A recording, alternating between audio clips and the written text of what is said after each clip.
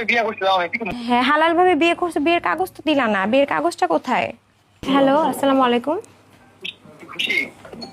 আপনি আমাকে ফোন দিয়ে কোনো নাটক করেন না, কারণ আপনি আমার সাথে যে ধরনের ব্যবহার করেন এগুলো আমার কাছে আছে।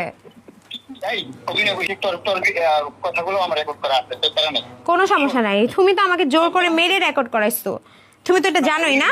এইগুলো বাদ দিও, তোর এই কল রেকর্ড গুলো তো আছে। ঠিক আছে, কোনো সমস্যা নেই, কল রেকর্ড করে তুমি সবাইকে শোনাও। তোর মতন আমি না, আমার কথা সত্যি খুশি, খুশি। আমাকে আমি আমি খুশি, অবশ্যই আমি খুশি কিনা জানি না, তবে তোমার তোমার হচ্ছে তোমার আসল চেহারাটা মানুষের কাছে বলা দরকার ছিল। একটাই কইছিস, তোর আশেপাশে লোক আছে না, তোর বাপের আছে এখনো। তোমার তোমার আসল চেহারাটা তো সবাইকে বলা দরকার ছিল, তাই না? তুমি তো আরেকটা মেয়ের সাথে সেম জিনিসটাই করবা। তোর আসল চেহারা কম না? অবশ্যই অবশ্যই বলো, অবশ্যই বলো আমার আসল চেহারা বলো। তুমি আমার এক্স হাজবেন্ডের কাছে গিয়ে জিজ্ঞেস করো, আমি জয়টাই বিয়ে করি, তুমি ওনাদের কাছে গিয়ে জিজ্ঞেস করো।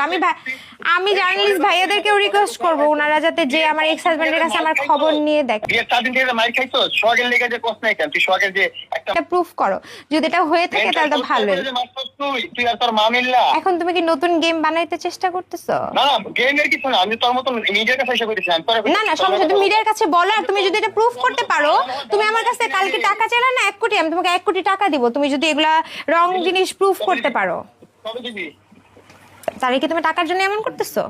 তোর টাকাটা কি কবে? এই যে কালকে না বললে 1 কোটি টাকা লাগবে, তাহলে আমার বান্ধবীর ফোন দিবা? তাহলে দে দিয়ে দে।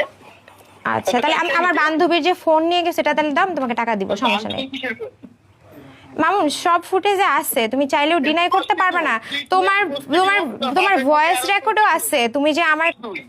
তোর ড্রপ টেস্ট করা উচিত, ড্রপ টেস্টটা করে না কেন? আচ্ছা, অবশ্যই আমি করবো এবং তোমারটাও করবো।